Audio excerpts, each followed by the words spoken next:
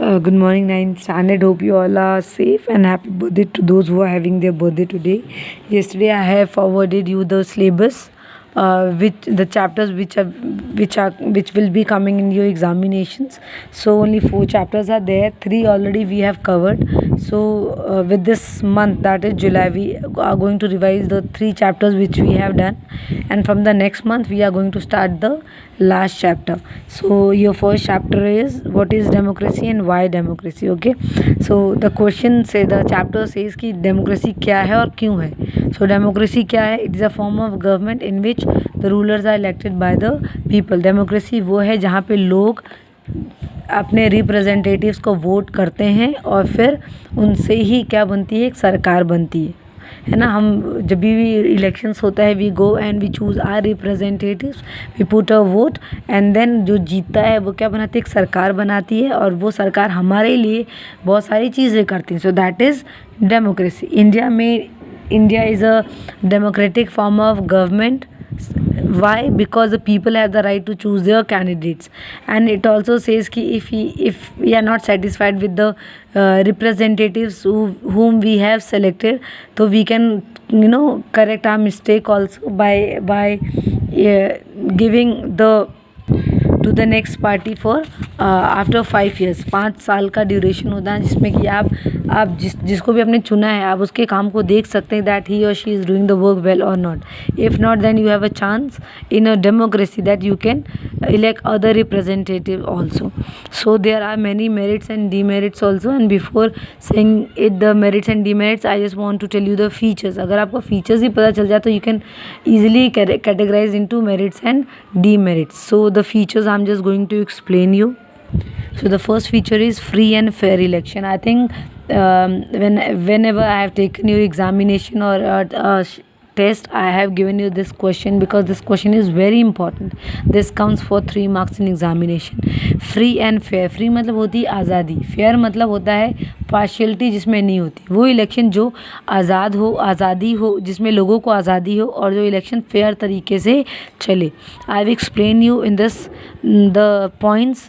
The first point is ruler must be true representatives of the people. मतलब उसको लोगों ने ही खड़ा किया हो, वही इलेक्शन में खड़ा होना चाहिए. ऐसा नहीं कि for example I have selected Kirti in this और कीर्ति के बदले दिव्यांशी आ गई. It should not be like that. Okay, जिसको हम खड़ा कर रहे हैं वही, उसके लिए ही वोटिंग होनी चाहिए. That is the first point of free and fair election. Second, representatives are chosen through elections. जितने भी रिप्रेजेंटेटिव्स खड़े हों वो इलेक्शन के थ्रू ही इलेक्ट होने चाहिए. ऐसा नहीं कि हमने मान लिया okay Prince will be the monitor, और लोगों ने मान लिया कि प्रिंस मॉनिटर है तो प्रिंस को ही मान लिया. नहीं, the approval of class teacher should be there. जब तक क्लास टीचर का अप्रूवल नहीं होगा, Prince can't be called as the monitor. So representatives are chosen through elections. Election से ही पता चलेगा कि हाँ वो कैंडिडेट क्या है, एक पार्टी का मेंबर बनने के लायक है या फिर नहीं. और free election is one in which every person has an equal right to vote. Free मतलब फ्रीडम. हर एक इंडिविजुअल को राइट होनी चाहिए कि वो अपना रिप्रेजेंटेटिव चुने और अपने रिप्रेजेंटेटिव को वोट करे. Fourth point, able to vote without fear and threat. जो भी कैंडिडेट वोट करने जा रहा है वो फ्री होना चाहिए कि वो अपना वोट जिसको डालना चाहे वो डाल सके. अगर वो ऐसा कर रहा है then it is called as a feature of democracy. और इंडिया में किसी को कोई ऐसा तो बोला नहीं जाता कान के पास बंदूक रख के चल भाई हमको वोट करे, ऐसा तो होता नहीं है. ठीक है, तो वो आज़ादी से अपना वोट करने जाते हैं वोटिंग बूथ में. So this makes us the election democratic. The last point of fair election is one in which person who are currently in power has a fair chance of losing. Fair means होता है कि या फिर हारते हैं या फिर जीतते हैं. और इलेक्शन जो भी होते हैं उसमें एक पार्टी हारती है और एक जीतती है. और इसका मतलब ये है कि जो जीती है वो जीतती ही जा रही है, वो कभी हार ही नहीं रही है. अगर लोगों को लग रहा है कि जो उनके प्रोग्राम्स है या फिर जो भी चीज़ें वो हमारे लिए कर रहे हैं वो उनसे सेटिस्फाई नहीं है, तो ऑब्वियसली 5 साल के बाद जो नए इलेक्शंस होंगे they are not going to give the vote to them.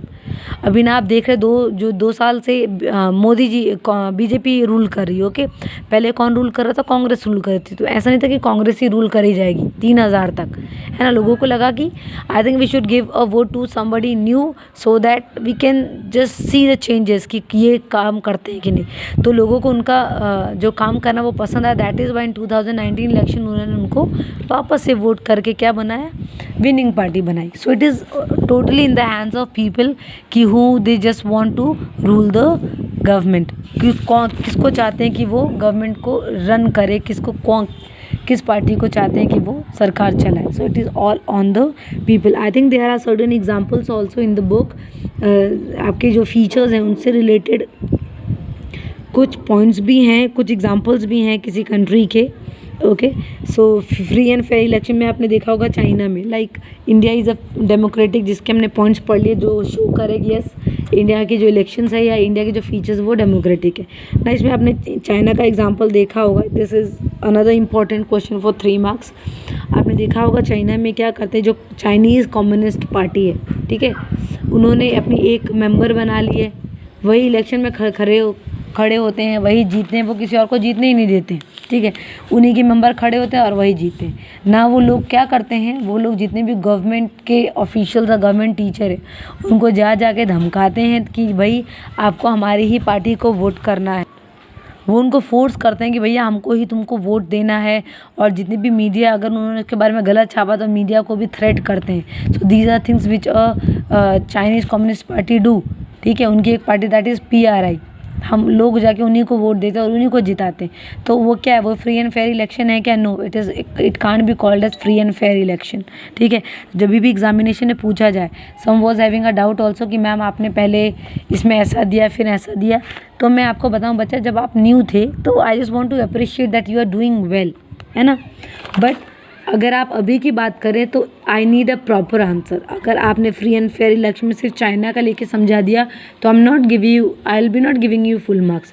You have to explain the topic. Free and fair से आप क्या समझते हैं, देन एग्जाम्पल के तौर पे you have to give the example of China. Free and fair में सिर्फ आपने चाइना से शुरू कर दिया तो now I will be not giving you marks. So पहले आप समझाएंगे जो मैंने आपको 5 पॉइंट समझाए, फिर आप चाइना का एग्जाम्पल लेंगे और फिर मुझे समझाएंगे कि लोगों को थ्रेट किया जाता है कि आप उन्हीं को वोट करें.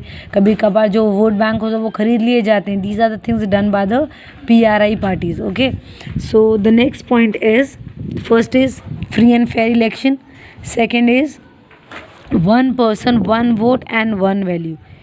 एक आदमी एक वोट और उस वोट की वैल्यू.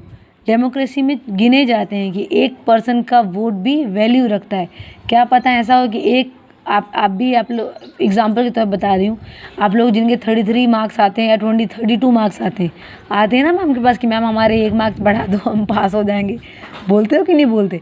सो 1 मार्क्स मैटर करते हैं, 1 वोट मैटर करता है. 1 मार्क्स से आप पास हो सकते हो, 1 मार्क्स से आप फेल हो सकते हो. उसी तरीके से 1 वोट एक पार्टी को जिता भी सकती है और 1 वोट एक पार्टी को हरा भी सकती है. सो नाउ 1 person 1 vote को I just want to explain that in a democracy every individual above the age of 18, not below the age of 18, above the age of 18, they have the right to vote without discrimination based on color, sex, race, caste or class. Now democracy में हर एक individual को vote होता है कि वो जाए और अपना जाके वोट दें.